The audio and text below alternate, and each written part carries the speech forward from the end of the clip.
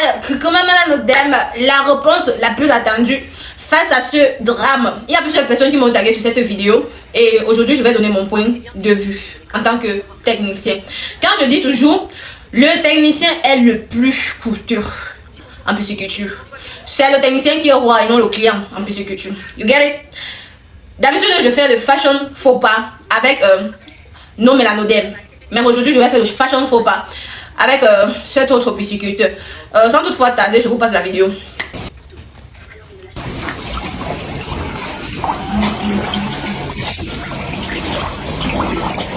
Catastrophe. Qu'est-ce qui s'est passé? Qu'est-ce qu'il ne fallait pas faire? Qu'est-ce que vous avez fait? C'est ça les questions qui se posent en ce moment-ci là. Première analyse. Est-ce que les poissons ont souffert de bactéries? Quand on regarde la vidéo, non. Le seul survivant qui reste là présente aucun signe de bactéries. Deuxième des choses, est-ce que les poissons ont subi une mort naturelle? C'est non. Les poissons de temps à autre peuvent mourir 1, 2, mais pas jusqu'à 5 à la fois. Il peut arriver de temps à autre que les poissons meurent naturellement, d'accord? Mais ça ne peut pas être beaucoup, genre 1, 2, oui, de temps à autre. Mais quand ça dépasse déjà 5, il y a un problème. Donc, ces deux options-là, c'est déjà cancel. C'est pas envisageable, c'est pas ça le problème. Maintenant, la réponse. Quand vous vous lancez en pisciculture, vous devez respecter surtout deux choses, la densité et l'eau. Quand vous observez la vidéo, vous allez constater que la densité n'est pas respectée. La densité ne s'opère pas juste en démarrage, ça s'opère tout au long du cycle. Ok? Donc, maintenant, la densité, c'est le nombre de poissons que vous devez mettre dans un bac. Quand il arrive que vous mettez trop de poissons, soit vous utilisez un aérateur pour pomper l'oxygène à l'intérieur. Oui, l'aérateur s'utilise aussi dans le cas des cellules. Quand vous mettez trop que ce qu'il ne fallait. Parce que vous voulez rentabiliser l'espace disponible, vous voulez rentabiliser le contenant disponible, vous avez trop mis. Mais maintenant, la solution, c'est que quoi? 1, vous mettez un aérateur. 2, vous battez en circuit ouvert. C'est-à-dire que l'eau ne doit jamais manquer dans ce bac-là. L'eau qui entre doit ressortir immédiatement pour qu'il y ait constamment de l'oxygène dans l'eau. Et là, maintenant, vous constatez évidemment que ce n'est pas respecté dans ce bac-là. Premièrement, l'eau est très petite. En fonction des quantités de poissons qu'il y a dans ce bac-là, c'est très petit.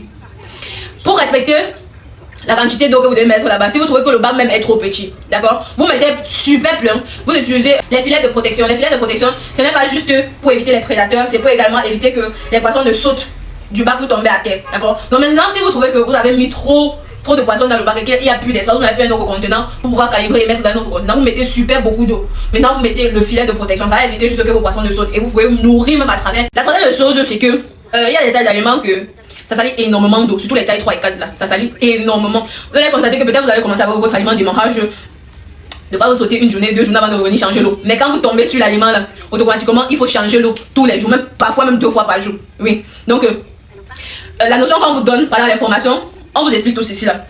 Même si vous venez au hasard là sur les publications, demandez on change l'eau combien de fois, on change l'eau combien de fois, ou bien on change l'eau quand. Ça change, ça rôde.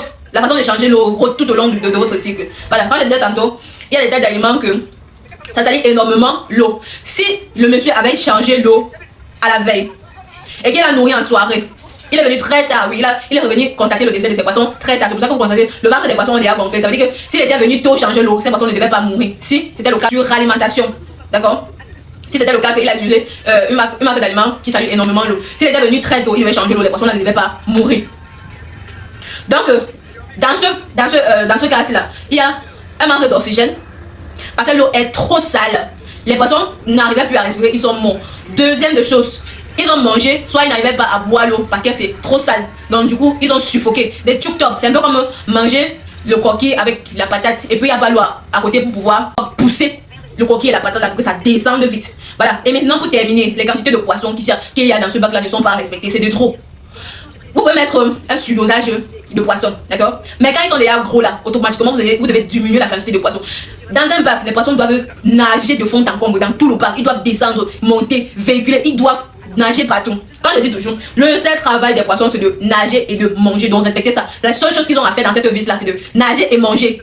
Du moment que vous respectez tout ça, vous allez perdre les poissons. Pourquoi? Vous ne pouvez pas perdre les poissons, ça ne peut même pas arriver. Ça ne peut pas arriver, ils ne peuvent pas mourir. Donc vous allez plus tard essayer de diminuer la quantité de poissons que vous mettez dans votre bac. L'essentiel c'est pas toujours de rentabiliser automatiquement le petit espace, le petit bac, enfin le petit bac on a très rapidement, mais c'est d'atteindre la fin de son cycle. Ok? Donc premièrement vous diminuez la quantité de poissons dans le bac. Deuxième chose, rassurez-vous que si l'aliment que vous avez utilisé salit trop l'eau, vous changez 2 fois matin et soir. Ça va éviter que vos poissons ne meurent. Troisième chose, même si vous avez quoi faire Sachez que le matin, vous venez même d'abord jeter un coup d'œil sur vos poissons. Même si vous allez venir et partir avant de revenir les nourrir, vous venez quand même jeter un coup d'œil pour savoir est-ce qu'ils vont bien. Est-ce qu'ils sont bien portants? C'est pour ça que vous dites que lancer vos enfants dans la pisciculture, ça les pousse à être responsables. Même s'ils sont au bar en train de boire n'importe comment, ils sauront que à la fin du mois, j'ai mon 1 sac, mes 2 sacs, mes 3 sacs d'aliments que je dois acheter et déposer. Donc je dois temporer avec mes dépenses.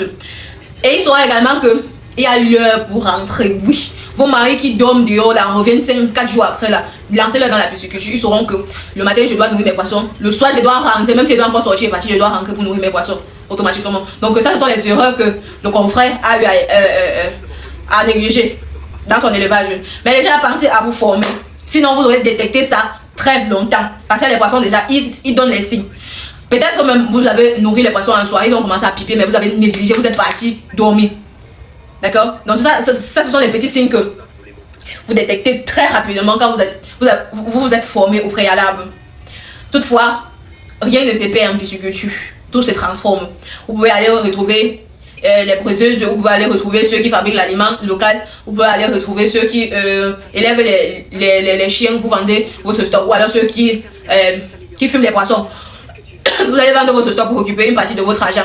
D'accord? Rien ne s'est perdu là. Il n'y a pas à s'enflammer. Vous avez juste perdu un stock plus-value, mais vous n'avez pas perdu complètement à zéro.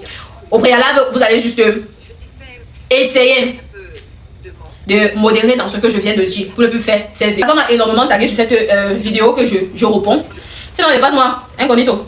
Je ne dis rien parce que généralement je ne prends pas les problèmes des autres pour me faire les vues avec. Non. Et ceux qui prennent les poissons, ils mettent petit l'eau, ils trempent le poisson. Comme le tapioca, ils attendent que le poisson gonfle comme le tapioca là. Vous avez vu non? Le poisson doit nager, il doit se balader dans le bac, il doit vraiment parcourir le bac. C'est comme un exercice pour eux. Ils doivent visiter. C'est ça qui fait grandir les poissons. Aussi simple que ça. La pisciculture n'est pas compliquée. Il faut juste respecter les poissons. Il faut juste respecter leurs besoins. Et le poisson envoie toujours les signes de malaise. Il envoie toujours les signes de malaise. Donc maintenant, vous avez déjà l'hypothèse de bactéries qui est annulée. Vous avez l'hypothèse qu'un voisin soit venu lancer quelque chose à l'intérieur. Vous avez également l'hypothèse de l'arrêt cardiaque qui est annulée. Ils ont suffoqué. Manque d'oxygène. Ils ont suffoqué. Ils sont morts. So, nos formations se tiendront le 25, 26 et 27 février à Douala. Oui, pensez à vous former. Les tarifs sont plus bas. On dit quoi? À quel temps?